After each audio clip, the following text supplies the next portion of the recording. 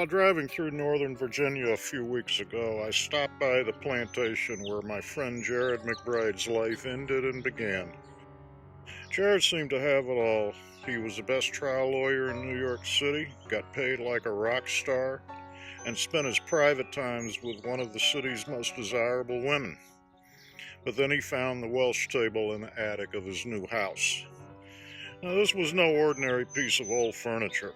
It was a hiding place of papers vital to the operations of a high-tech criminal gang led by a mysterious, sultry woman calling herself Mrs. Brown. You might say Mrs. Brown was the sort of woman who could be a man's worst nightmare or his best fantasy. To Jared, she was both. 4 times she tried to kill him. Every night he fantasized about being her sexual slave. Needless to say, this is not the Jared I knew. In time, he realized his best chance to live out his dream, and to live at all, was to give her the table and take the $10 million bribe she'd offered him. They agreed to make the exchange at this old plantation. Jared arrived first.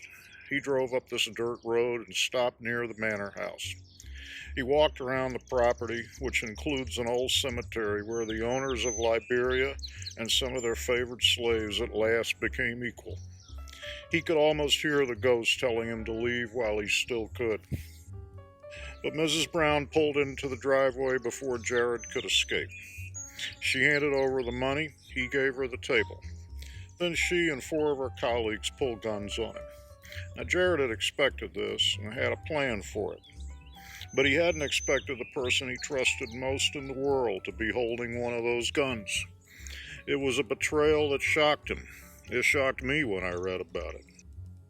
Now, Jared has more lives than a whole litter of cats, so Mrs. Brown's plan to kill him failed. But the ordeal she put him through and the way he came to feel about her caused Jared to question every assumption he'd ever made about himself and his life. He realized he wasn't at all who he thought he was. I wonder what the new Jared is like. I wonder why he let all this happen. Jared's story is in a book called The Welsh Table. If you haven't read it yet, you should.